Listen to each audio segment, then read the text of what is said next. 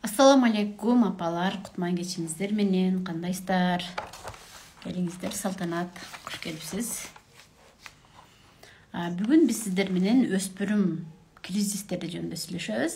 Эгер сиздин өспүрүм курактагы балаңыз бар болгон болсо, анда бул сабак сизге аябай пайдалуу болот деп ишенем. Балдарыңыз кичинекей болсо дагы бул темаларды угуп койгон жакшы да. Качан эле чоңоюп, переходный возраст болгондо, кризистер башталганда, конфликттер, түшүнбөсүздөр, уруш жаңжал болгондо гана биз келип жатабыз да. Биз алдын ала баардык нерсеге даярданып, балдардын психологияларын жакшы түшүнүп алган болсок, анда балдарыбыз менен урушталар, конфликттер аз болот да, кыздар. Байкасаңар, биз качан көйгөй пайда болгондо гана чечимдерди издеп жөнөйбүз, кантсем болот деп. Кээде аябай бир көйгөйгө ашырып жиберебиз да, балдарыбыз жаман жүрүм-турумду адат кылып алгандан кийин, уурулук кылып алгандан кийин, бир нерселерди жаман нерселерди колдонуп аткандан кийин гана келебиз да. Мамилебиз бузулуп калды, мамилем жаман деп келип жатабыз. Өзү негизи өспүрүм курак балдарда азыркы учурда 8 жаштан да байкалып жатат да. 8, 9, элестетиңиздер, биз эми мектепке берип, мектепке жайгаштырып, 1-2 классты окутуп жатканда деле кыздарда айрыкча эрте пайда болуп калат. Негизи эрте өспүрүм курак бул 10, 11, 12 жашта өзү байкалып башташ керек. Балдар чоңойгонго даярданып, андан кийинки этабы 24 жашка чейин созулушу мүмкүн. Өспүрүм курактын канча жашка созулушу, канча жылга созулары бул сиздин балаңызга кылган мамилеңизден улам болот да. Аны эч ким айта албайт. Балаңыздын өспүрүм курактагы өспүрүм кризистери ушул убакытта чозулат. 1 жыл болот, 2 жыл болот, эч ким айта албайт. Сиздин балаңызга кылган мамилелериңиз, реакцияларыңыз, жүрүм-турумуңуздарга байланыштуу болот апалар. Эфир сакталат, ооба. Эми техника го, бул эми кокус сакталбай калышса, анда бул эми мен сактайм деп аракет кылдым. Сактап туруп YouTube'га да жүктөйм деп атайын ушул жака чыктым. Кимдин өспүрүм курактагы балдар бар? Өспүрүм курактагылардын башталганы кантип билебиз? Өзүнчө өзгөрүп, башкача болуп, үндөрү корулдап, бойлору өсүп, мүнөздөрү өзгөрүлүп, көп нерсени жактырбай, сиздерден качып, чогуу чай ичпей башташы мүмкүн. Негизи эле мындай тарынчакка окшоп 13 жаш, 13 жаштагылар дагы ушул өспүрүм куракка кирет. Эми өспүрүм куракта балдардын апалары мындай кылып арызданышат да келгендечи магачы. Рына же дейт да, баламды алмаштырып эле койгондой да, башка бала эле жүргөндөй болуп калды депчи. Аябай өзгөрүп кетти. Мен өзүмдүн баламды таппай калдым. Мурункудай кучакташып, эркелешкен баламды таппай калдым деп арызданышат да. Бул өспүрүм курак, өткөл куракты сиздер аябай жакшы түшүнүп алышыңыздар керек. Изилдеп алышыңыздар керек. Бул азыркы учурдун өспүрүм курактагы кризистери бир башкача болуп жатат. Мурункудай эмес. Биз балдарды жакшы түшүнгүбүз келсе, мамилебиз жакшы боюнча калсын десек, тарбиядан мамилеге өткөн учур келет да, биз балдарды өмүр бою тарбиялай албайбыз. Ошо мамилеңиз жакшы калсын деген болсоңуз, баламды жакшы түшүнгүм келет десеңиз, сиз сөзсүз түрдө бул өспүрүм курак жөнүндө негизи эле 3 жаштагы кризис, мектепке кандай даярдайбыз балдарды, психологически даярдоо, ушу балдар психологиясын жөн эле сиздер сонун билип калышыңыздар керек. Биз кээде оңой нерселерди дагы билбей калып жатабыз. Эми апа кесибине бизди эч ким үйрөткөн эмес, мектепте, университетте окуган эмеспиз, апа ушундай болуш керек деп. Сиздерде деле күнөө жок да, биздечи эми өзүңүздөрдүн каталарыңыздарды билгенден кийин азыр ар кандай видеолор чыгып жатат. Мен посторумду, видеолорумду окугандан кийин мен ушундай ката кетирип деп кайгырып отура бергенден өзү болбойт. Сиз кайгырбай, ошо катаңызды билгениңизге сүйүнүшүңүз керек. Себеби сиз катаңызды билдиңиз, оңдой баштайсыз. Эми биз эгер билбеген болсок, катабызды оңдоо деле биздин оюбузга келмек эмес да. Саламатсыңарбы кыздар, кандайсыңар? Кызым 12 жаш, балам 11 жаш дейт. Сиздердин переходный возрастыңыздар келе жатат. Сіздерге Аллахым сабыр берсин. Сіздерге керектүү сабак экен да бул бүгүнгүчү. Өспүрүм курактагы кризис эмне үчүн керек балдарыбызга? Бул балдарыбызга өсүп өнүгүү үчүн керек, кыздар. Кризис бул өсүү билдирет да. Ага чейин бала ата-энесин угуп жүргөн, тил алчак, айтканыбызды кылган, себеби ата-эне чоң адамдар болгон. Чоң адамдардын тилин алыш керек деп айтабыз биз, балдарыбыз кичинекей, тил алышың керек, мен сага караганда көбүрөөк беремин, билемин деп айтабыз. Ал эми өткөл куракта бала өзүн чоңойдум деп сезет. Мен чоң адам болдум деп сезгенден кийин сиздин тилиңизди укпай баштайт да. Себеби тил алганды кичинекей балдар гана кылат. А чоңойгондор тил албаш керек деп түшүнө алышат да буларчы. Негизи чоңоюу сезими пайда болот. Бирок алар чоңой элек. Чоңоюптур деп бизди эле таштап койгон болбойт да. Балдарыбыздын бою өссө эле чоңойду деп. Бой өскөн менен психологически бала жетиле элек болушу мүмкүн. Апалар. Бул убакта өспүрүм куракта балдар өзүнүн чек арасын башкадан аныктай баштайт. Мурун кичинекей балдардын чек арасындай коргогон, кичинекей балдар кичинекей болуп жашашкан. Эми бала чоңоюп келе жатат. Чоңойгондо жаңы инсандыгын, жаңы чөйрө түзүп, ага балага жашоодо эмнелер керек экен, чек арасын кандай кылып түзүш керек экен. Ошо жашоодо эмне кылыш керек экен, чоңдор менен мамилени кандай кылыш керек экенин түшүнүү үчүн ушул кризистер керек балага. Бул учурда ата-эне тынчсызданып, кыжалат болуп, балам өзгөрдү деп коркосуздар. Мына сиздерде переходный возрасттагылар көп экен, кыздарга кошулбайт дейт. Көрдүңүздөрбү, сиздерде коркуу башталды да, балам өзгөрүп баштады, кантем дешет да. Негизи бул бала кризис, өспүрүм кризиси, бул балага гана ылайык эмес да, баланыкы гана эмес. Бул үй бүлөнүн кризиси деп айтсак болот. Биз чекеге чыгып кетпешибиз керек. Бала кризис менен өзү калып эле кыйналып калбаш керек. Бала менен көйгөй деп коелу, проблема чогуу. Сиз өзүңүзчө чогуу болуп калсаңыз, албетте баланы кыйнап саласыздар да. Көйгөй менен сиз да түшүнбөй кыйнап саласыз. Сиз балаңыз менен чогуу болуп, ошо көйгөйгө, кризиске каршы турушуңуздар керек. Ошондо жеңил өтөсүздөр да. Адам баласы төрөлүп көз жумганга чейинки эң оор кризистердин бири ушул өткөл курак кризиси. Кризистер көп да биздечи, 30 жаштагы кризис, 3 жаштагы кризис дегенде эң эле оору ушул өткөл куракта. Аты деле айтып тургандай, өткөл, переход, жаш балалыктан чоңоюуга өтүп жатат да. Болчу. Чоңоюп жатат, жуурулуп, чоң адам болуп жатабыз да. Анан апалар айтышат да, балам кылгысы келбейт, мурун кылып жүргөн иштерин кылбай жатат, тил албай жатышат. Мен баламды канткенде мурункудай кылсам болот, мурункудай абалга кантип түшүрөм деп суроо беришет да. Сиз эч кандай мурункудай баланы кыла албайсыз. Балаңыз өзгөрүп жатат, балаңыз чоңоюп жатат. Сиз ошо чоңойгонун кабыл алышыңыз керек, өзгөргөнүн кабыл алышыңыз керек, апалар. Эч качан мурункудай болбойт болду. Бала чоңоюп жатат, сиз жаңы мамиле курушуңуз керек. Бала мененчи, жаңы инсан өзгөрүп жатат балаңыз. Ошону түшүнүшүңүз керек да. Биз негизи өспүрүм куракта акырын өзгөрсө, бир топ убакыттын ичинде акырын өзгөрүп келсе, байкабай калмакпыз да. Ал эми бул өткөл курактын эмне үчүн оор дейбиз? Бул бала бир күн эле дароо эле резко өзгөрүп кетет да. Кече эле жакшы болушу мүмкүн, бүгүн өзгөрүп кетиши мүмкүн дегендей да. Тез өзгөрөт. Ошондуктан биз өспүрүм куракта балага канткенде мамиле кылышыбыз керек экенин билбейбиз. Биз жаш балдарга кылган мамилени кылып жүрүп көнүп калганбыз да. Балабызга болсо ал жаш балага кылган мамиле жакпай баштайт. Себеби мен чоңойдум, мен жаш бала эмесмин деп баштайт да. Ушул жерден конфликттер башталат да, түшүнбөстүктөр башталат. Көрдүңүздөрбү?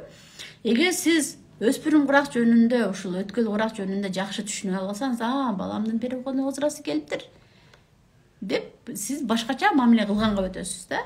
Ошондо уруш жаңжал, түшүнбөстүктөр аз болот. Бири-бириңиздерди түшүнөсүздөр, тил алышып баштайсыздар. Негизичи. бул учурда бала да кыжаалат болот. Бир эле сиз кыжаалат болуп аткан жоксуз, апалар тим эле байкуш болуп алат да, ой мен кыжаалат болуп жатамын баламдын өзгөргөнүнө депчи. Балаңыз да сиз кандай кыжаалат болсоңуз ошондой эле кыжаалат болот. Сиз эмнеден кыжаалат болуп жатасыз? Келиңиздер, баланын кыжаалатчылыгы менен сиздин кыжаалатчылыгыңыздын айырмасын билеличи. Сиз кыжаалатчылыгыңыз жоготуу, өкүнүч болуп жатат. Багы кичинекей сизге эркелеп кучактап бетиңизден өпкөн баланы жоготуп жатасыз. Кичинекей мезгилин жоготуп жатканыңызга өкүнөсүз. Ошондон кыжаалат болосуз. Биз кичинекейибизде балдарыбызды жетелеп, колунан жетелеп, биз өзүбүздүн каалаганыбызды кылып, баланы ал жака бас десек басат, бул жака бас десек басат.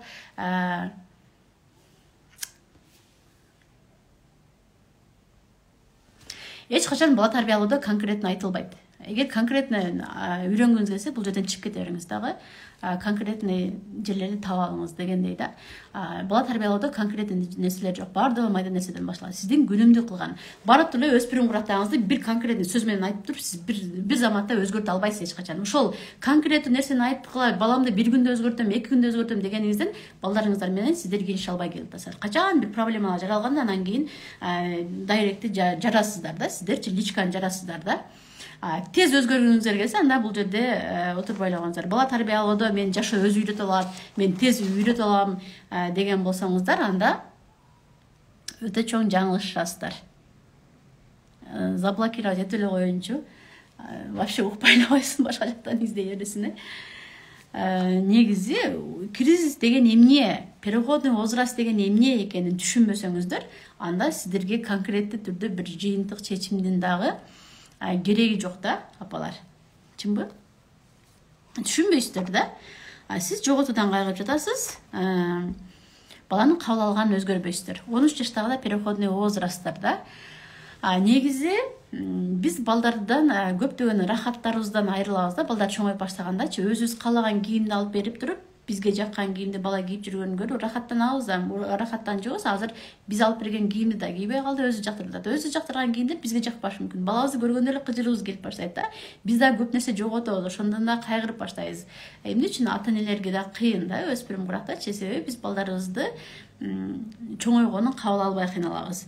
Бала эмне үчүн кыжаалат болот? Бала боштукту сезип баштайт. Чоңоюп келе жатканда жашоодогу ордун табыш керек, мен киммин деген суроолор пайда болот. Мен чоңдурга канткен аралашам? Бала аралашкысы келет, бирок сен кичинекейсиң деп бизде аралашканга жол бербейбиз, чоңдурга аралаштырбайбыз да. Андан кийин биз ойлойбуз, бала үчүн бардыгын кылдым мен, эми сен мага жаман мамиле кылып жатасың деп айтабыз. Же мен жаман апамынбы, баламды эмне үчүн жаман тарбиялап алдым деп өзүбүздү күнөөлөп баштагандыктан бизде агрессия пайда болуп баштайт да. Сиз эч качан өзүңүздү күнөөлөбөңүз, балаңызды да күнөөлөбөңүз. Бул жерде түшүнүү киргенде бул кризис табигый нерсе. Балабыздын өсүп өнүгүүсүнө керек экенин билгениңизде сиз өзүңүздү да күнөөлөбөй каласыз, балаңызды да күнөөлөбөй каласыз да. Дагы сиздер дагы эмне болуп кетет? Чоңойгондо ушинтип эле өзгөрүп калабы? Корсулдап калышат да, жактырбай көп нерсени, эшиктерди катуу жапкылап, эми балам мени бакпай калабы, ушинтип өзгөрүп калабы деп бизде кыжаалатчылык пайда болуп кетет да. Жок, сиз андай кыжаалат болбоңуз. Бул процесстерден өткөндөн кийин бала кайта калыбына түшөт да. Андан сырткарда бою өсүп, чоң болуп сиздин жаныңызда ар кандай сизге тааныш эмес жүрүм-турумдарды пайда болот. Ошолордун баардыгын кабыл ала албай кыйналабыз да.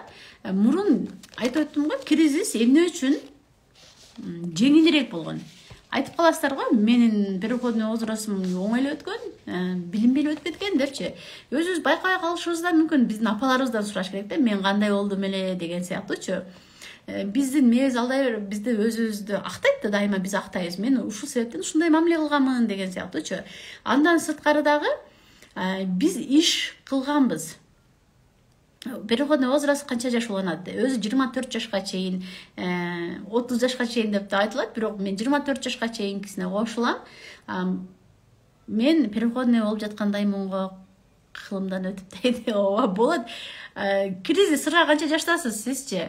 Ар убактын кризистери болот да, 30 жашта кризис болот дегендей, 50 жашта. Ошондой да.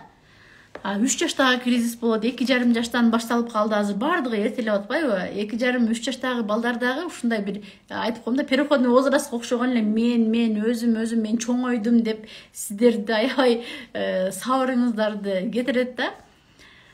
Кызымдан өтүп сырга дейт. Ооба, балдарыңыз өткөлүгүрөөк болгон болсо, биз балдардан өтүп кетебиз. Жалачылык каптап кетет да биздичи. Балам өзгөрүп жатат, мен жаман апа болдумбу деген сыяктуучу. Биз эме кылганбыз да, 37 ооба кризис сырга. Биз эрте иштерге аралашканбыз да, жардам бергенбиз. Телефон болгон эмес го, биздечи кыймыл аракет көп болгон, иш кылганбыз. Ошол иш кылуу дагы чоңоюу сезимин берет. Биз өз алдыбызча апалар эртеле бизге иштерди үйрөтүп койгон. Азыр биз балдарыбызга ишенбей жатабыз да. Бул жаш бала кыла албайт деген сыяктуучу. Азыркы балдардан биз чоңоюуну эмес, кичинеге болууну талап кылып жатабыз. Мындай байкап көрсөңүздөрчү. Сен окушуң керек, сен мындай кылышың керек деген сыяктуучу. Кеч киргендерге теманы кайталап коеюн, кайтадан баштан айтың дейт окшойт деп. Өспүрүм курактагы кризис балдарга эмне үчүн керек? Негизи эле өспүрүм курактагы балдар өткөл курак жөнүндө биз сүйлөшүп жатабыз апалар. Чоңоюп бизге бир кеңештерин айтып калган болсо, мен өзүм кыла алам деген болсо, койчай сен кыла албайсың, сен кичинекейсиң деп коебуз. Кайта эле биз баланын чоңоюшун талап кыла беребиз, бир жагынан карап туруп кайта кичинекейин талап кыла беребиз да балдардачы. Бала бул куракта өзүн табыш керек. Балага да кыйын. Чөйрө табыш керек, досторунун арасынан өзүнүн ордун табыш керек. Эмне үчүн достору биринчи орунга чыгып баштайт? Себеби ошо достордун арасындагы орду маанилүү балагачы. Сиздер ошол достору биринчи орунга чыгып кеткенге дагы мындай чычалап кетесиздер. Мен биринчи болушум керек деп орунду талашышыбыз мүмкүн. Сиз биринчи болосуз, балаңыз сизди аябай жакшы көрөт. Бирок ошол куракта досторуң биринчи орунга чыгып кетти, сен досторуң маанилүү мага караганда деп урушпай турушуңуз керек да апалар. Андан сырткары мен ким, мен колумдан эмне келет деген суроолор пайда болот. Себеби биз сенин колуңдан келбейт, өзүбүз иш жумшап алып деле аркасынан кылып коебуз, сен жакшы кыла албайсың, чала кылып койдуң деп баланын кемчиликтерин гана көбүрөөк айтып койгондугубуздан бала өзүнө ишенбестик пайда болот да. Мен колумдан эмне келет чындап эле, мен эмнеге жашап жүрөм деген суроолорго жооп алгысы келип баштайт ушул өткөл курак мезгилиндечи. Ошондон улам да булар белгисиздикте кийинет да, бир чоң келген кийимдерди кийишет, чачтарын жаап алып, мындай чолкуларды кыркып, көздөрүн көрсөтпөгөнгө аракет кылат. Беттерин деле болушунча маскалар менен жаап, очкилер менен жаап беришет го. Анан өспүрүм курактагылар чогула беришет. Өзүнөн өзү эле чогула берет. Бардыгы белгисиздик, боштук пайда болду да бул жагындачы, боштук чоңоюп келе жатканда дагы эмне болот, эмне кылышыбыз керек деген сыяктуучу. Биз ошол убакта балдарды кыйнайбыз. Андан боштук жан дүйнөсүндө боштуктан сырткары дагы денесинде дагы өзгөрүүлөр болот да, баланын бойлору тез өсөт, үндөрү өзгөргөндүктөн нерв системалары денеге ыңгайлаша албай, балада эмоционалдык толкундар пайда болот. Тез ачууланып кетет, көп нерсени жактырбайт, сиздин шорулдатып чай ичкениңиздер, шалпылдатып тамак жегениңиздер жакпай, деп кетет. Бир туугандардын кылык жоруктары жакпай баштайт, аларды урушуп, башкарып баштайт. Себеби ал чоңоюу сезимин сезип атат да, мен чоңойдум, буларга акыл үйрөтүшүм керек деген сыяктуу. Андан кийин сиздер менен чогулуп чай ичпей баштайт, себеби кыжыры келип кеткенде мен жаман нерсе айта албайын, булар менен урушуп кетпейин, эң жакын адамдарым го булар деп жакшы эле аракет кылып сиздерден алыстап баштайт. Сиздер менен конфликттердин азыраак болуш үчүн. Ошол мезгилде эй бала, эмнеге бизден бөлүнүп жатасың, эмнеге биз укпай жатасың, берака кел, эмнеге деген суроолорду бере берген болсок, балдар ал суроолорго жооп бере албайт апалар. Бала өзүн өзү түшүнбөй турган мезгилде биз дагы эмне болуп жатасың, берака келчи деп баланы дагы кыйнап салып жатабыз да. Бул жердечи баланын түшүнүүнүн ордуна кайта баланы кыйнап салып жатабыз. Биз мен киммин деген суроого жооп болсо, балдардачы өзүнө болгон ишеним да пайда болот, самооценкасы дагы жакшы калыптанып баштайт да. Биз ошол мен киммин деген суроосуна жоопсуз калтырып атабыз. Баланын өзүн таанытпай жатабыз. Сиз эми апасыз, мен апамын. Ордуңузду таптыңыз да, эми үй бүлөңүз бар дегендейчи. Мугалим, ата, дагы башка. Бул бала ким? Чоңоюп келе жатат, Сен ошо балдарыбыздын жөндөмдүүлүктөрүн ачышыбыз керек. таланттар болот да. Андан сырткары баланын темпераменттери болот, ошолордун баардыгын билип алган болсок, биз балдарды кыйнабайбыз. Мисалы үчүн меланхолик балдар спортту жактырышпайт, кыймыл аракетти жактырышпайт. Аларды биз кыймылдатабыз, көпчүлүккө кошобуз деп атып, балабыздын таланттарын жок кылып жатабыз, салып жатабыз. Же болбосо бир балам мектепте 5 алыш керек, 4 алыш керек, жакшы жазыш керек, жакшы окуш керек деп урушуп атып, баланын жакшы жөндөмдүүлөрү бар да, башка баланын таланттарын жок кылып аткан болушубуз мүмкүн. Кичинекейинен эле ар бир адамдын күчтүү жагы, алсыз жактары болот. Сенин күчтүү жагың булар. Сен колуңдан ушулар келет деп балдарыбызга өзүн өзү тааныштырып жүрүшүбүз керек. Ошондо өзүн эмнени бала жакшы кыла алат, биз ошолорду көрсөтүшүбүз керек. Сиз байкап көрсөңүз балдарыңыздардычы, балдарыңыздар бир жүрүм-турумдарды туура эмес кылганда гана биз урушуп, кыйкырып баштайбыз да. Балам ушуну туура эмес кылыпсың деп, туура эмес нерсесине гана биз көңүл буруп баштайбыз. Анан тарбиялайбыз деп эле баланын бир гана туура эмес кыласың, жаман кыласың деген кемчиликтерин гана айта беребиз. Жакшы жүргөндө балаңызчы тил алат, мектепке барып келет, жакшы окуйт, өзү курсан тойгузат, кийимдерин порядок коет да. Эгер балаңыз идеальный болгон болсо, сиз балага көңүл бурбай каласыз. Андай ата-энелерди да көрүп жатабыз. Ой, балам өзү менен өзү эле жашай берет, менден сонун тиричилик кылат деп коюшат да. Бала сиздин көңүлүңүздү өзүнө буруш үчүн жаман жүрүм-турумдарды кылып башташы мүмкүн. Ошондуктан балдарыңыздардын жакшы жактарын көбүрөөк мактап айтып турсаңыздар, көңүл буруп туруңуздар жакшы жактарына дагычы. Ой, бул өзү менен өзү жакшы бала деп көңүл бурбай койбоңуздар да. Качан терс жүрүм-турум кылганда баса калабыз да, баардыгыбыз эмне үчүн андай кылдың, бул туура эмес дегенде бала карап туруп баардыгы мага көңүл буруп жатат деп ойлошу мүмкүн да балар. Эми балдарда мындай дагы түшүнүктөр ошол өспүрүм кризистеринде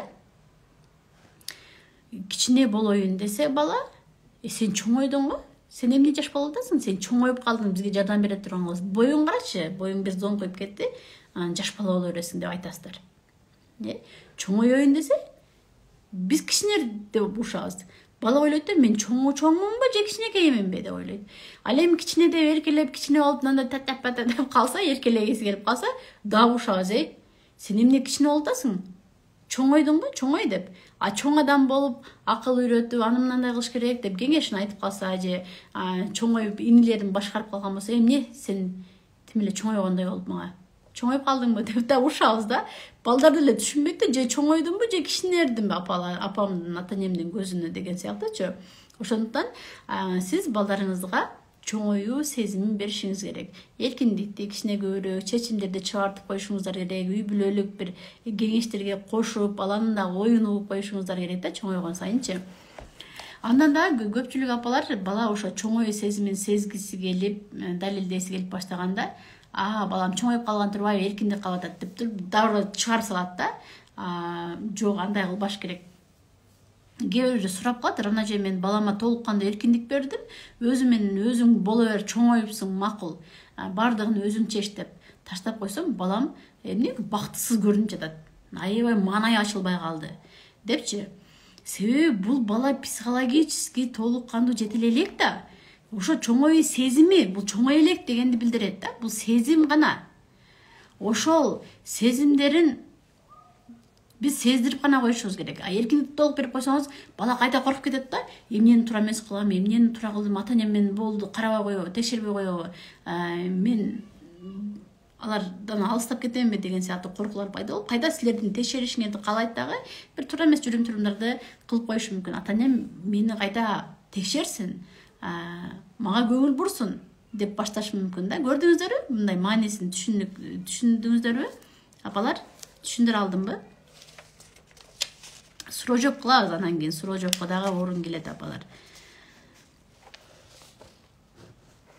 Биз бул өспүрүм курак мезгилинде балдарыбыз ошондой өзү менен өзү кыжалат. Мен киммин, белгисиздиктен, боштуктан келечегин көрсө, боштуктан кыжалат болот. Айрыкча денеси өскөн менен психологически толук кандуу жете элек. Андан сырткары балада мындай эмоционалдык толкундар болуп турат дедим. Эч нерселер жакпай баштайт, жалкоолук пайда болушу мүмкүн, сабактарга болгон кызыгуусу начарлашы мүмкүн. Өзүнүн кыжалатчылыктары менен бала сизди байкабайт да, мындай сиздин эмне дегиңиз келгениңизди байкабайт. А сиз болсо балам эмнеге өзгөрүп жатат, баягы кичине мезгилден сагынып, балам ушундай жаман тарбия берип койдумбу, мен күнөөлүүмүнбү, же ушунча кыйналып балам үчүн жашап жүрсөм эмне үчүн бул мага короңдуп атат, эмне үчүн жүрүм турумда өзгөрүп атат деп биз өзүбүздүн кыжалатчылыктар менен баланы даана көрбөй, бала дагы сиз дагы кыжалатчылыктарыңыз менен аралашып жүрөрүп, бири-бириңиздерди түшүнбөй баштайсыздар да. Түшүнбөй, урушуп, талашып, кыйкырык менен гана чечишип каласыздар. Жок, ошол көйгөйүңүздөрдү бул жака жылдырып, бири-бириңиздердин көзүңүздөргө тиктешип, мындай аң сезимдүүлүк менен карасаңыздар, сиздер да көп нерсени түшүнмөксүздөр. Балаңыздын кыйналып атканын да түшүнмөксүздөр да. Бул жерде дагы ар ким өзүнүн эгоисттик жагы да, мага жакшы болсун, өзүмдү гана каалоорумду аткарайын деп бала да өзү үчүн, сиз өзүңүз үчүн күрөшө берген болсоңуз, анда бул жерде уруш талаш гана көбөйөт апалар. Анан дагы мындай суроолорду беришет да, комнаталарын жыйнабайт балам, чачылы, канткенде жыйнатам депчи. Ушул төшөктү проблема кылган ата энелер өтө көп да. Эми ушу төшөктү жыйбайт, ошо комнатасын жыйнабайт айынан биз бала менен мамилебизди бузуп алып жатабыз да. Мамиле бузулгандан кийин кайта оңдоо кыйын болуп калат. Эмне үчүн балдар комнатасын жыйнабай жатат? Себеби караңыздар, ал жер баланын өзүнүн мейкиндиги да. Бул жер сенин комнатаң деп айтабыз. Сенин комнатаң бул депчи. А бала бул меники болгондон кийин мен өзүм билем, мен чоңойдум го. Комнатамды өзүм билем, кааласам жыйнайм, кааласам жыйнабайм деп баштайт да. А биз жыйна деп комнатасына кирип эле өзүбүз жыйнап кайда сен ошо берсек, бала карайт да, бул жер меники эмес экен да, сеники деп коет да, кайта булар башкарып атпайбы дейт да. Бала өзү билсин, ошол чачылгандан өзү жадап, ошо жеген тамактары сасып кеткенде гана бала ойлонуп баштайт да, сиз ага кийлигишпей чыдап турушуңуз керек да. Бул убакыт өтүп турган нерсе да, өтүп кетет да. Бала карап туруп кечке чачылгандан жадайт өздөрү деле. Сиз кийлигишпей койгон болсоңуз, карап туруп сиздин башка комнаталарыңызды таза кармап жатасыз. Кухнялар, өзүңүздүн башка комнаталарыңыз иреттүү. Ал жака келгенде баланын көңүлү ачылат да, карап туруп, ушундай жыйнаш керек экен, жыйнаганда мындай сонун нерсе деп өзү кабыл алганда сизди кыйнабайт да. Автоматтык түрдө иреттүүлүк башталат.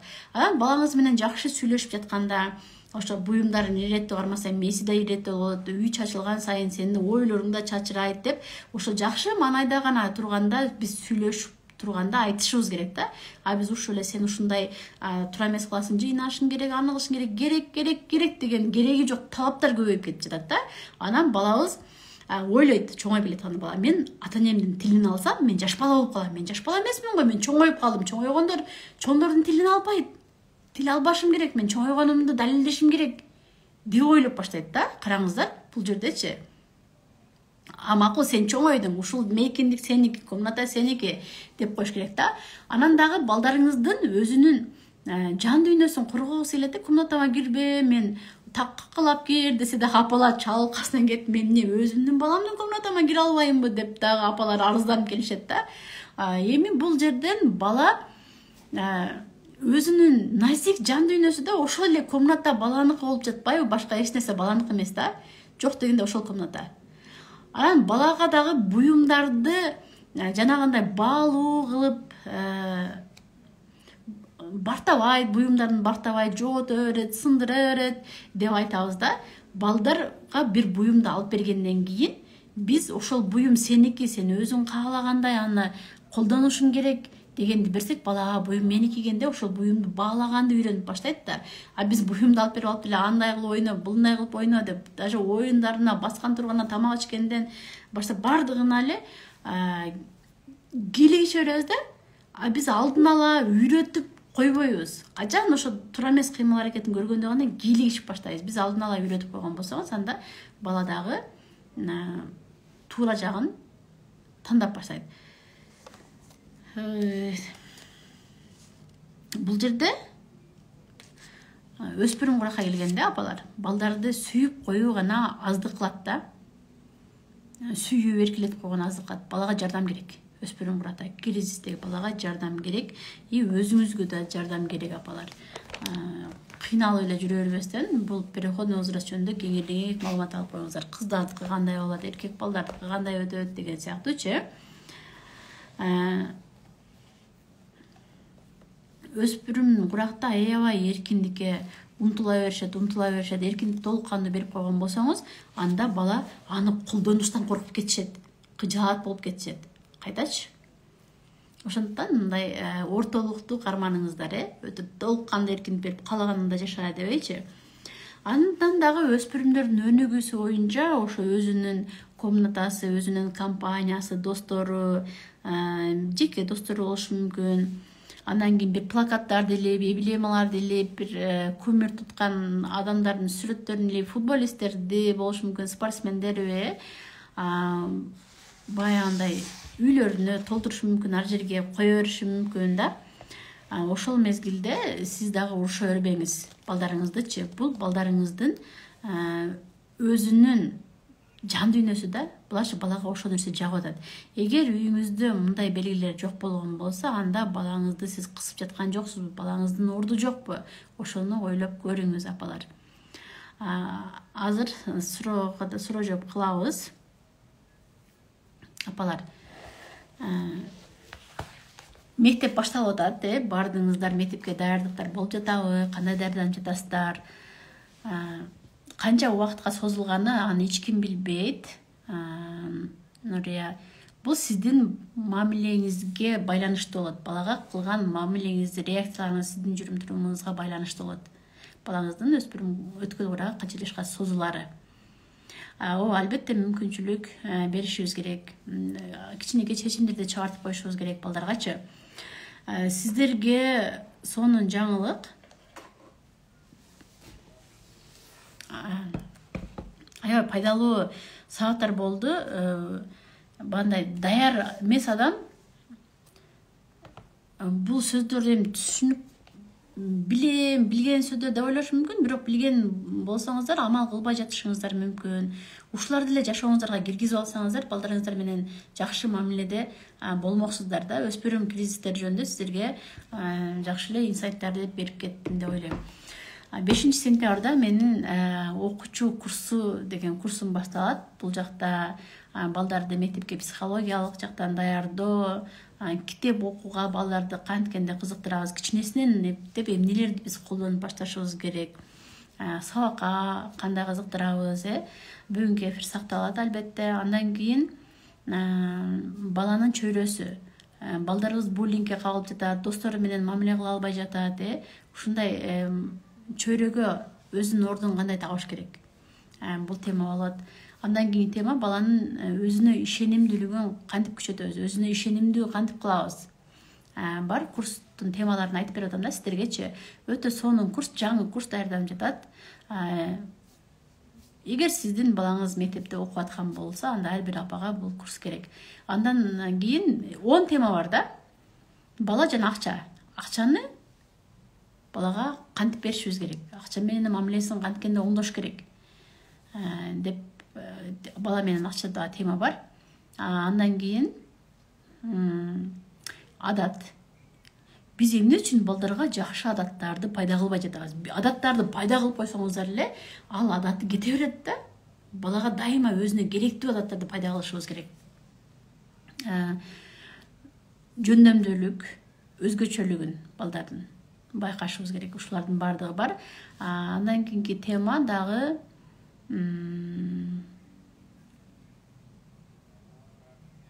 максат, план, кыялдануу. Кыялданып эле отура бербей, максатка айландырышыбыз керек, максатка жетишибиз керек дегендей да. Балдарга туура пландаганды, максат койгонду, кыялданганды үйрөнөбүз. Мен өспүрүм курактар менен сүйлөшүп калганда, консультацияга келгенде, алардын кээде максаты жок болуп калып жатат. Кыялдануулары жок болуп, келечегин көрө албагандыктан алар ар кандай суицидтерге барып атышат.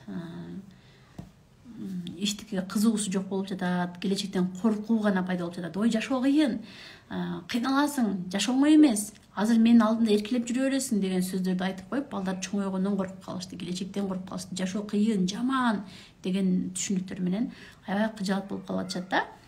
Максатай дейт, ооба номериңиздерди калтырыңыздар. Бул жакта менеджер кыздар отурат, Максат отурат. Курстун баасы азыркы убакта 950 сомдон 1-сентябрдан баштап 1,5 миңге кымбаттайт кыздар. 1,5 миңге чейин 550 сом болсо да өзүңүзгө жаныңыздарга калат. Бүгүн катталып койсоңуздар 950 сомдон. Андан сырткары бүгүн катталсаңыздар сиздерге балдардын истерикасы деген гайд жаңы жазганмын. Ал чыга элек, эч ким окуй элек. Ошол гайдты окуп турасыздар. Балдарыңыздар истерика кылат да, мына кичинекей балдарыңыздар бар. Жерге жата албай ыйлайт. Ошол убакта биз кандай мамиле кылышыбыз керек? Балдарга травма калдырбай, истерикасы менен кандай мамиле кылып чыгып кетишибиз керек? Ошол жөнүндө гайд жазганмын. Азыр жазылсаңыздар ошол гайдты окуп турасыздар. Андан кийин балдардын биринчи окуу жумасы деген да гайдыбыз бар.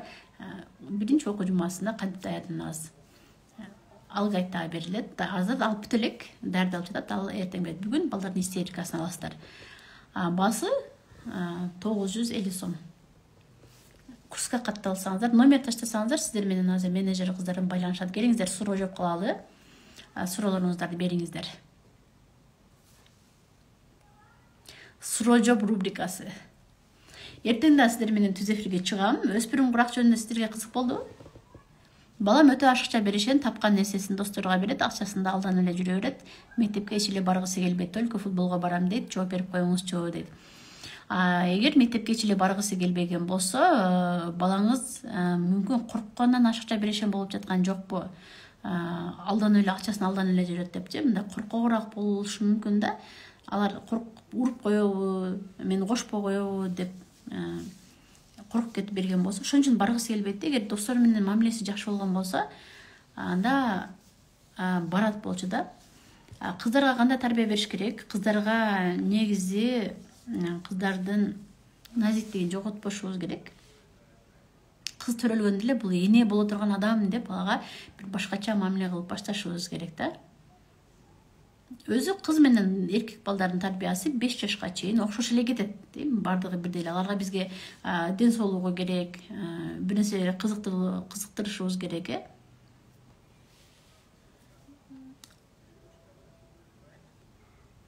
Эже апанын өзүнүн эмоционалдык интеллектин кантип өчүрсө болот дейт.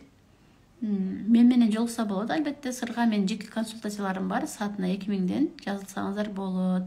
Андан сырткары семинарларды уюштуруп жатабыз, жолугушуп жатабыз. Келсеңиздер болот. Суроо жооп. Эмоционалдык жактан биз биринчи эң эле оңой тапшырма сезүү, аң сезимдүүлүк жок болуп жатат. Сезүү өзүбүздү. Акмарал, кайсы сурооңузга толук жооп бериш керек? Суроолор качып кетип жатат.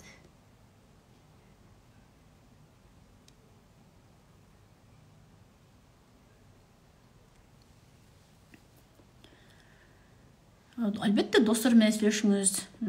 Биз балдарыбыздын азыр баягы коммуникациясынан жабырып калатпайбы? Балдарды достор менен үйгө чакырып, мороженое жасап бериңиздер, чогуу кино көргүлө, чогуу экскурсияга барып, сейилдегенге бир өзүңүздөрдү эле уюштуруп, балаңызга кандай балдар менен дос болуп жатат деп үйгө конокко чакырып, мамиле кылып, же балаңызга жаңа чөйрө деле өзүңүз түзүп берсеңиздер болот. Баламдын достору жаман досторду эле таба берет, дос тандашты билбейт деп отура бербей, сиз өзүңүз дагы жардамга келишиңиздер сонун болот да. Кыздар, суроолор аябай качып кетти. Суроолор көбөйүп кеттиби? Менин кызым вообще эч кимге сүйлөбөйт, бирөөгө кошулбайт, эмне кылуу керек дейт. Бул жерде эгер кызыңыздын темпераментин билиш керек да. Меланхолик балдар ушундай көпчүлүккө кошулгусу келбейт, бирөөгө көп эле быдылдап эле сүйлөй бергиси келбейт. Булардын жан дүйнөсү бай, аябай сезимтал болот. Кичине бир нерселери иши окшошпой калса ыйлай берет, ыйлайбы? Буларга биз туура мамиле кылган болсок, ушулардан илимпоздор, окумуштуу, ойлоп табуучулар, жазуучулар чыгат да өзү негизичи. Эмне үчүн бизде аз ошондой адамдар? Себеби биз адамдарга кошулбай калды деп эле меланхоликтерди өзүнүн жан дүйнөсү бай, өзү менен өзүн койбой эле көпчүлүккө аралаштырабыз деп кыйнап салабыз дагы, баягы жөндөмдүүлүктөрүн да жок кылып салып жатабыз да. Ошондуктан айтып атпаймынбы, сиздер балдарыңыздардын психологиясын жакшы билип алышыңыздар керек да. каникулда көлдөн башка эч жака барган жок дейт. Эч нерсе болбойт, көлдөн башка сөзсүз бала бир жака барыш керек эмес. Балдардын көңүлүн ачуу үчүн бир шаарларга, аттракциондорго апаргандан дагы сиз өзүңүз балдар менен сонун оюндарды ойноп, эртең мененден кечке чейин бир графиктерди түзүп, балдардын жашоосун кызыктуу кылып берсеңиз, балаңыз эмнеге кызыгат, ошол жөнүндө маалыматтарды бериңиз, айтып бериңиз кызыктуу кылып, бала кызыккан нерсе бар да, билесиздерби, балаңыз эмнеге кызыкканынчы. Ошол кызыккан темасынын өзүңүз сонун кылып айтып бериңиз, ойноңуз, эмоция менен атасын чакырып ойноңуздар. Ошондо баланын эсинде калат. Чарчап сиз башка шаарга алып барып, баланы чарчатып алып келгениңиз эсинде калбайт балага ал жердечи. Сиз менен эмоцияңыз менен ойноп, аябай сиздердин каткырып, ынтымактуу ойноп жатканыңар мына баланын эсинде өмүр бою калат. Балдарына да айтат, мен ата-энем ушундай чогуу ойноп, каникулда биз менен баладай болуп ойночу эле депчи. Мен ата-энем өзү жаш үйлөнүшкөн да, эмне үчүн биз менен баладай болуп ойноду депчи, топ атышып, аябай баладай болуп эле ойношуп чоңойгон да. Көрсө алар өздөрү жаш болгондо, алар 19 жашында үйлөнүшкөн, 21 жашында мен төрөлгөнмүн да. Мындай бала боюнча биз ушул оюн терапиясы деп коет да.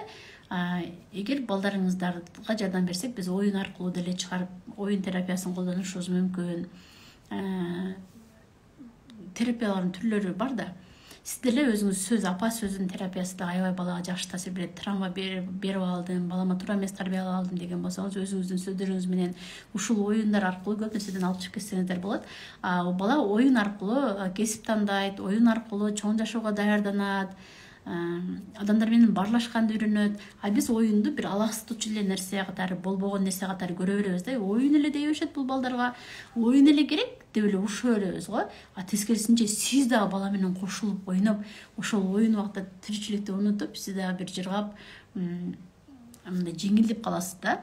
Кээ апалар балдар менен ойной албайт, алар деле түшүнөм. Себеби ал апалар өзүнүн балалыгына баргысы келбейт. Балалыгы кыйын өткөн болушу мүмкүн.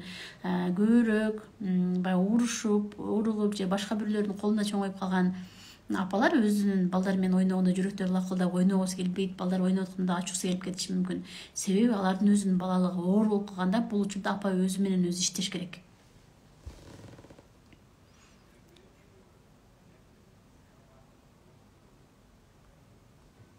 Өспүрүм балам дал эле сиз айткандай бөлмөсү чачы коротуп, өнү катып чыгарып эчтеке кылгысы келбейт. Сабакты уктуңузда ошондой кылып туруңуз. Бул өтүп кетчү процесстер да, өтүп балаңыз кайта калыбына келет. Сен чоңойдуң, макул деп чоңой сезимин берип турушубуз керек. Андан дагы биздин жеке убактыбыз буларга аябай маанилүү да. Өспүрүм уракта бала короңдойт, менин керегим жок болуп калды дебей, сиз кайсы бир учурда керек болуп каласыз да ошол балагачы. Ошо керек сизге кел апа деп бир нерсени сураганда дароо бошоп балаңызга суроосуна жооп бергенге, жардам бергенге аракет кылыңыз. Сизге маанисиздей көрүнгөн, сиздин ачууңузду, кыжырыңызды келтирген оңой суроо болсо дагы балаңызга жардам бергенге аракет кылыңыз да. Балаңыз сизден келип сурады, анда балаңыз үчүн ал нерсе маанилүү дегенди билдирет да. Эгер ошол убакта сиз жооп бербей койсоңуз, балага убакыт бербей койсоңуз, бала болду. Башка бирөөдөн сурай баштайт да, башка колдогон адамды издей баштайт. Себеби сиздин убактыңыз жок. Бир эле учурда балага жооп бере албай калдыңызбы, убактыңыз бошобой калды, болду. Бала сизге кайрылып келбей калышы мүмкүн да. Анда сиз уже башка методду, жеке убакыттын эмес, башка нерсени колдонуп башташыңыз керек. Бир бала бар, өлгүм келет дей берет, атам өлбөгөндө мындай болбойт дей берет. Эмне кылса болот, жалгыз болот, 23 жашта. Үй бүлөнү багуу милдетим деп билет дейт. 23 жашта анда чоң эле психологдор менен иштеш керек. Бул уже бала эмес, чоңоюп эле калган адам. Ошо эркек болгон болсо, эркек психологдорго алып барып иштесеңиз, психологдорду азыр биз эми билип калдык го, кандай жумуштарды аткарат, жардам берет, сонун болуп өзүнө келтирип, жашоого кызыгып, мындай жашоонун түстү көрүп баштайт да. Депрессияда өлөм дей берсе,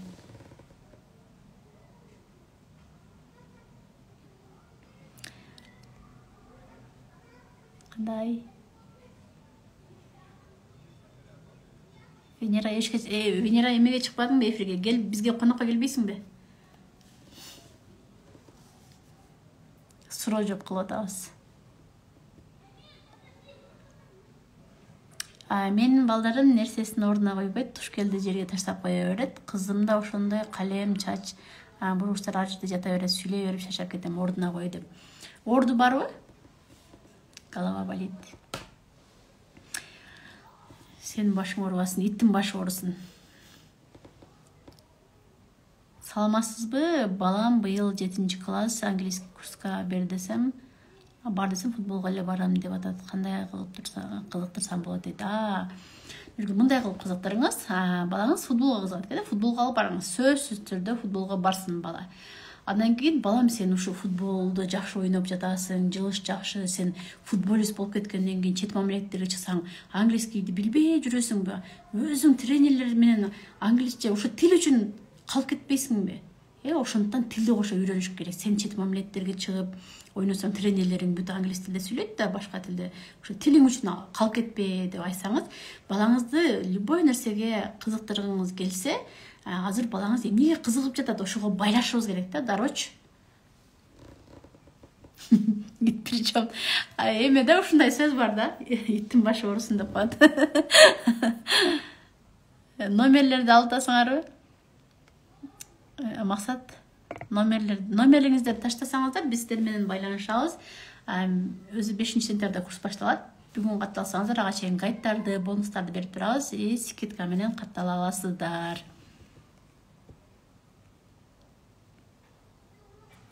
Апалар өзү менен өзү кандай иштесе болот дейт. Мына Венера Бокотаева отурат, апалар менен өзү иштегенди үйрөтүп атат. Бекер эфирлери толтура, акылуу эфирлери бар, курстары бар.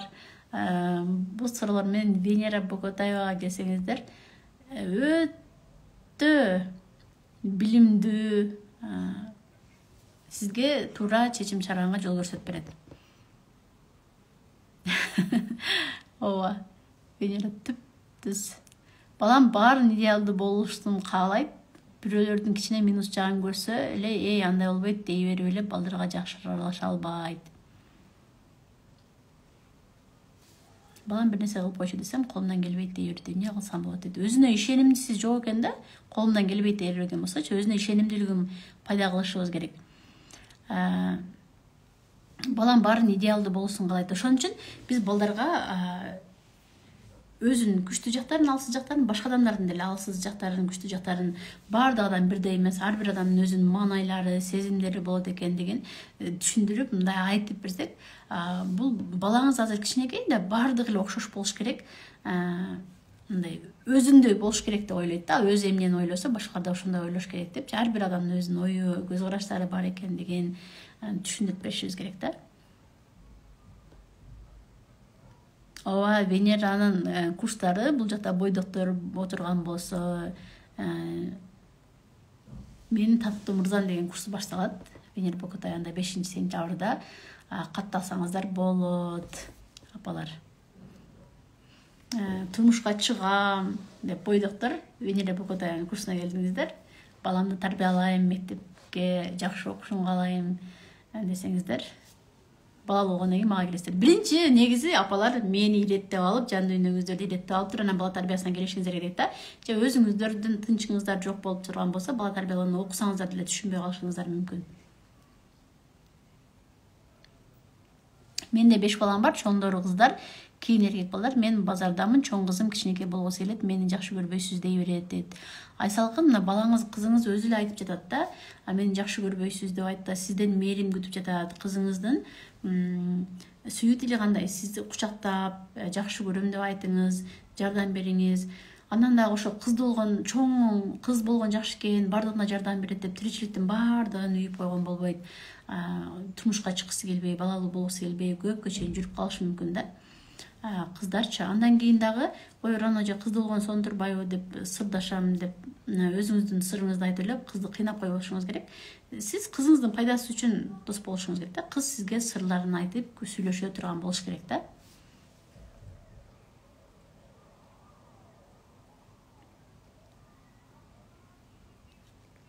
Жан курсун билем, чогуу түзгөнбүз десе, сонун маалымат аласыңар. Ооба.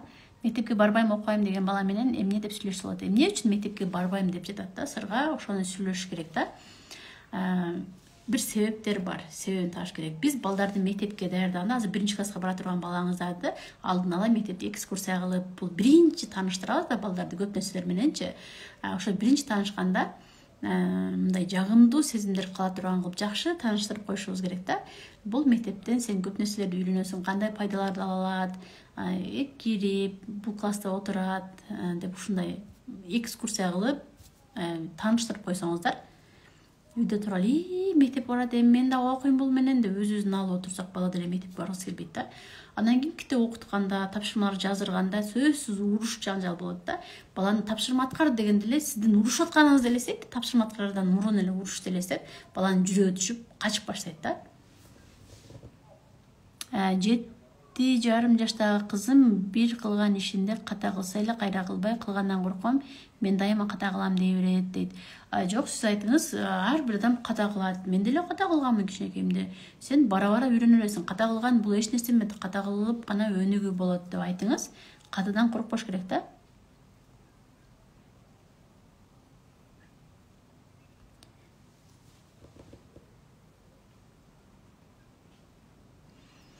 Ооба, Акимбай, мени менен сырдаша турган эч ким жок. Апам сырымды айткычандай өзүнүн проблемасын айтып, мен кыз эмес эле апа болуп ууп кээде чарчайм дейт. Ооба, мына бойдок кыздар жазып атат, өспүрүм курактагы кыздар. Же чоңоюп калдыңызбы, Акимбаева?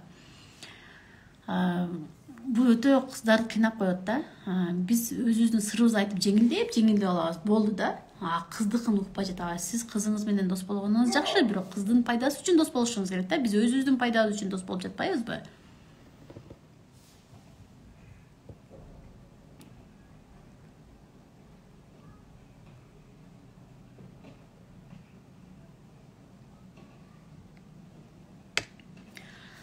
Караңыздарчы, бир да бир акылдуу кыз суроо бериптир, аябай. Сиз ушул методдорду өз балдарыңызга колдонсоңуз, балдарыңыз тарбиялуу, сиздин оюңузча дейт. Мен бул методдорду мен билимге таянат да. Мен балдарымды сонун кылып тарбиялап алдым. Силер да ушуну тарбиялап ала деген жокмун менчи. Менин кесибим ушул. Билимдүү. Сиз педиатр, баласы ооруган педиатрга балаңызды көрсөтпөй коесуз да. Балаңыз ооруп аткан болсо, ал педиатрдын баласын ооруп атабы, оорубай атпайбы, сиздин ишиңиз жок го, чынбы? Мисалы үчүн ушундай эле кеп да. Врачтардын балдары оорубаш керек. Ооруп калган болсо, сен алып барбайм, сен өзүңдүн балаңды оорутуп алдың деп айтпайбыз да, чынбы? Кудайга шүгүр эле, мен балдарымды башкалар айтсын, мен мамиле сонун. Бизде кризистерден өспүрүм кандай кризистер жок. Мен эч качан экинчи жолу кайталабайм, бир ишти кылып койгула деп айтканда, эч качан экинчи жолу кайталатышпайт. Эми алар өздөрүнүн балдарына гана тарбия берип жатканда, мен кандай тарбиялап алдым, ошондо гана көзүм жетет да. 6-класста, 5-класста окуган балдарды эле мен сонун тарбияладым деп айткандар эрте да, андай айткандарчы. Ойногусу келбеген апаларга кандай кеңештерди айтасыз дейт сырга. Сиз өзүңүздүн травмаларыңыз менен иштешиңиз керек да. 2 уул, 1 кызым бар, ортончу балам кыйкыра берет. Негизи эле балдарым сөзүн өткөрүш үчүн кыйкырып беришет. Жанында эле турат. Жөн эле сүйлөп түшүнбөдүм. Ортончу балам кыйкыра берет. Негизи балдарым сөзүн өткөрүш үчүн кыйкырып беришет. Эме да, кээ балдар кыйкырып сүйлөйт. Үндөрү бийик да, булар холериктер, темпераменттер. Булардын үнү бийик, кыйкырып сүйлөшөт дагы, түшүнүктүү сүйлөшөт, бирокчу уруш жанжалга жакын болушат, кыйкырып сүйлөп атып элечи. Бул холерик жөнүндө маалымат алып коюңуз, өтө сонун. Булар өзүнүкүн бербейт, көбүнчөчү.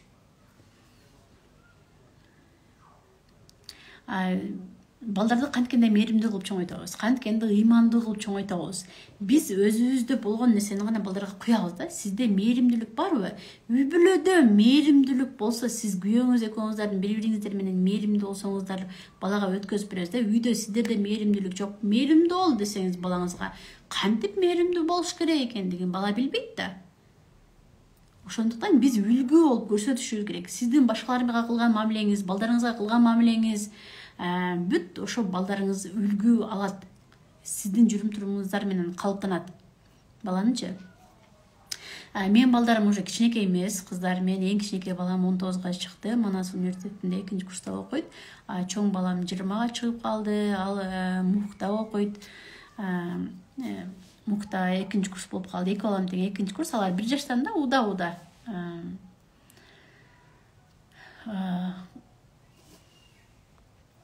Кудайга шүгүр, чоң балам менен кичине балам деле уже канча жерлерди көрүп келишти, өздөрүн камсыз кылышат.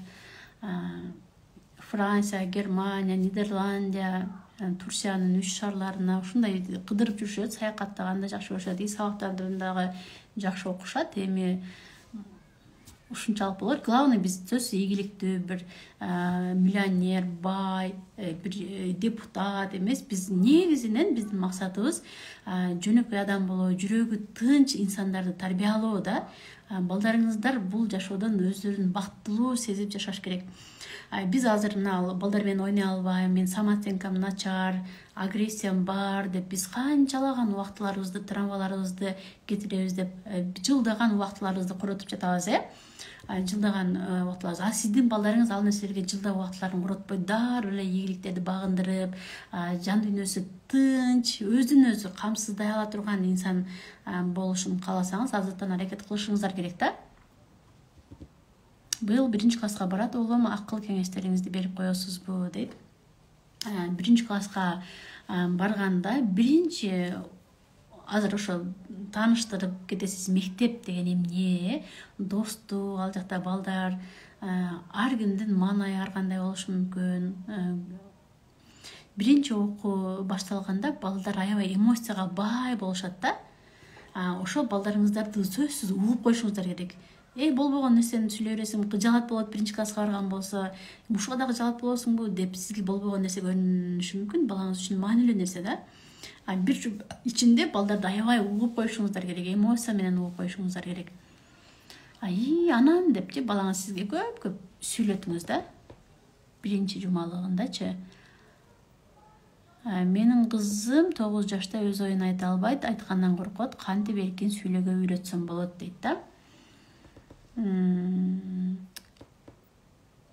Биз өзүбүздүн оюбузду эркин айта албай жатабыз да. Сиз суроолорду туура беришиңиз керек да. Биринчи, мисалы, бүгүнкү күнүң кандай өттү десеңиз, кызыңыз карап туруп, жакшы деп эле коюшу мүмкүн. Сиз өзүңүздүн күнүңүздү кандай өткөнүн айтып бериңиз да. Мисалы үчүн кызыктуу нерселер, күлкүлүү же мындай чочуп кеткен нерселер болушу мүмкүн. Үлгү болосуз да. Биз бир документ толтурганда деле сурай беребиз го, үлгүсү барбы, үлгүсүн берчи, ошого карап толтурайын дей беребиз го. Сиз балага бир күнүн кантип айтып бериш керек, өзүнүн ойлорун кантип айтыш керек, көз карашын кантип билдириш керек. Сиз биринчи үлгү болуп өзүңүз айтып берсеңиз, бала сизди карап үйлөнүп кете берет да.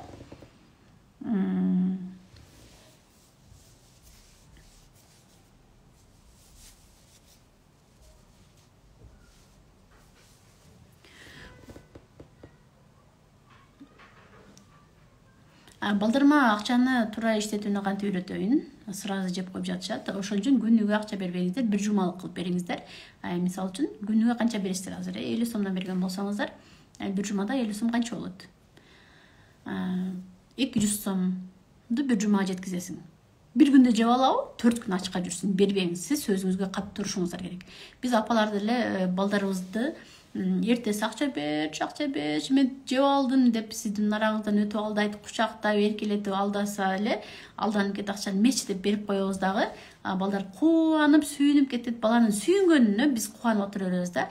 Балаңыз сүйүнүп барып акчасын иштетти, бирок балаңыздын андан сырткары, эмоциясынан сырткары дагы баланын өзүнүн ой жүгүртүүсү, өзүнүн көз караштары бар экенин унутпаңыздар. Иштете берейин, апам сөзүндө турбайт, бир деп алдап коем, эки бетинен өпсөм эле берип коет, алдап койсом алданат деп ойлоп калат да. Сиз сөзүңүзгө кат турушуңуз керек. Бир жумалык акча бердиңизби, ошону бир жумага жеткизсин. Кийинки жумада кой, мен экономдойм, бир жумага апам сөзүндө турат, мен апам катуу, алданбайт деп ошо үйрөнүп баштайт да. Андан кийин финансовый грамотность башталат. Бир жумага бөлүп баштайт. Бүгүн мынаны жейм, бир күн мынаны жейм деген сыяктуу. Өзү ошол акчаны бир жумага бөлүп баштайт. Кандай сонун нерсе булчу? Менин балам көчөдө бирөөдөн качып кетти го сура. улуу балабызды чоң ата чоң энесине бергенбиз, кандай мамиле кылсак болот дейт. Сиз улуу балаңыз менен, улуу балаңыз канча жашта, сүйлөшсөңүз болот. Эмне үчүн бергенсиз, бирок сиз жакшы көрөсүз балаңызды, дайыма сурап мындай чоң ата чоң энесинен кызганбаңыз, алардын сүйүүсүнө, мамилесине аралашып кыйнабай эле коюңуз. Жөн гана улуу балаңызда сиз жакшы көрөт экениңизден, ошо чоң ата чоң энеси аябай суранганынан гана бергенсиздер. Аны жек көрүп берген жоксуздар, бага албай берген жоксуздар. Ошо чоң ата чоң энесине сени өтө катуу жакшы көргөндүктөн мен жок дей алган эмесмин деп, эгер өзүңүздүн жүрөгүңүздө өйүп жүргөн ошо суроолорго жооп беришиңиз керек болсо, балаңыз менен ачык эле сүйлөшүп отуруңуз. Мен сени жакшы көрөм деп айтып туруңуздар да. Саламатсыңарбы? Балам только менен тамактанганда, балам только менен тамактанганда таштабайт, айтсам көңүл бурбайт, кантип таштасам болот? Регина, сурооңуз түшүнсүз болуп калыптыр. Балам только менен телефон мененби?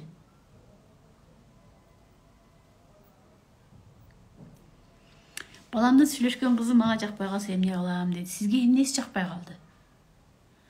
Эмнеси? Ошону эгер сизге жакпай калган нерсеси бир серьезный нерсе болсо, маанилүү нерсе болсо, балаңыз менен ачык сүйлөшүңүз. Ушундай нерсесин угуп калдым, ушундай экен, мүмкүн алардын генинде ушундай бир жаман нерселер бар экен, жаман оорулар бар экен, же дагы ошону сен балдарыңа дагы өтүшүн мен каалаган жокмун, бирок сага каршы чыкпайм мен. Сен өзүң чечим чыгар, жөн гана ушуну билип койсун дедим деп айтыңыз. Албайсың деп биз тыюу салган нерселер балдарыбыздын кайда калуусун күчөтөт да, ошону билип коюңуздар. Сиз тыюу салбаңыздар, жөн гана балаңыздын өзүнө чечим чыгарып коюңуздар. Балдарга апа биринчи орунда да, маанилүү да. Сиздер жөн гана бир эле сылык сонун түшүндүрүп коюңуздар, болду, бала өзү чечим чыгарсын арагананчы. Биз дайыма эле тыюу сала бергенибизден балдар кайда ошол биздин тыюуларга кабылуусу күчөп кетет да.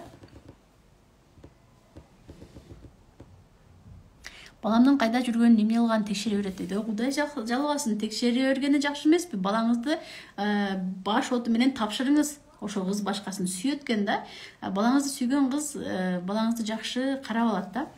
Бул жерден кызгануу дагы пайда болот. Эми ушунча чоңойтуп койгон балаңызды эле башка бирөө текшерип аткан болсо, сиз өзүңүз ал нерсени кабыл ала албай жаткан окшойсуз да.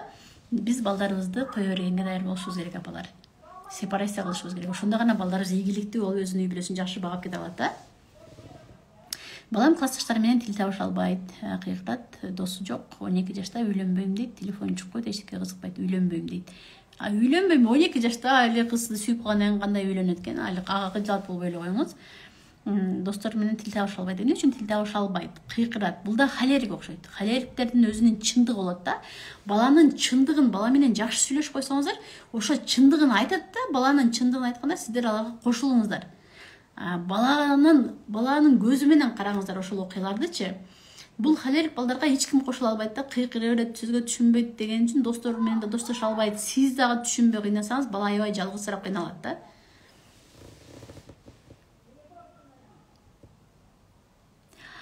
Ден соолук Кудайга шүгүр. Жакшы.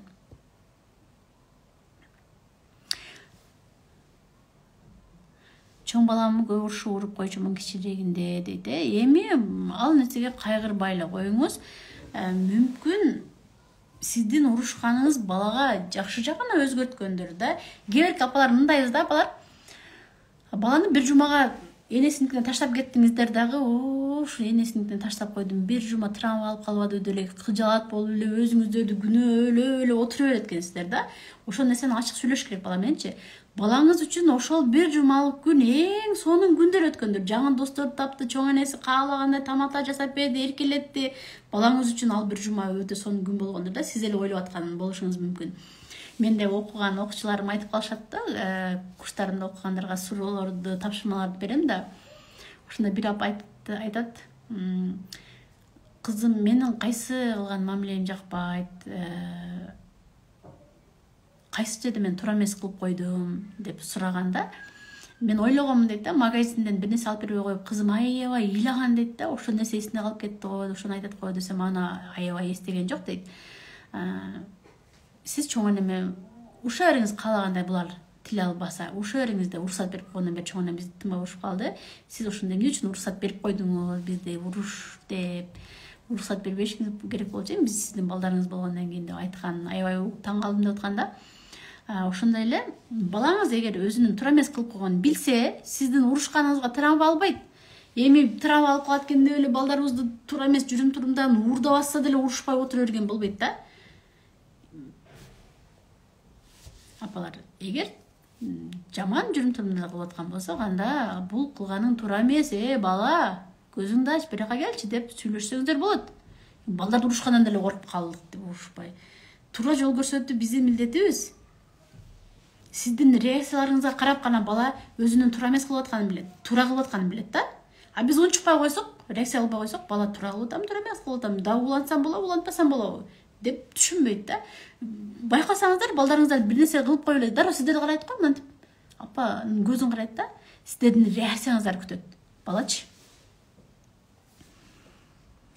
Кыздар, саат канча болду? Калдым го. 13 жаш, тил укпай, тарынып коркуп берет, жөнү жок, акылы кемде, эмне кылсам болот, онлайн диагноз кое аласызбы дейт. Ой Кудай, диагнозду мен койбойм. 13 жашка чыккычаңда эч кандай педиатрларына кичинекейинде медициналык жактан алып барган эмессизби? Акылы кемде деп эне сезет да, энелик сезим алдабайт. Сиз ошону сезип аткан болсоңуз, анда алып барыңыз, баланы көрсөтүңүз, бир диагноз коюп берет, ошо диагнозго карап иштешибиз керек да. Толтура диагноздор. Биз айым общий эле акыл кем деп койгон болбойт да. Үн жок болуп атабы.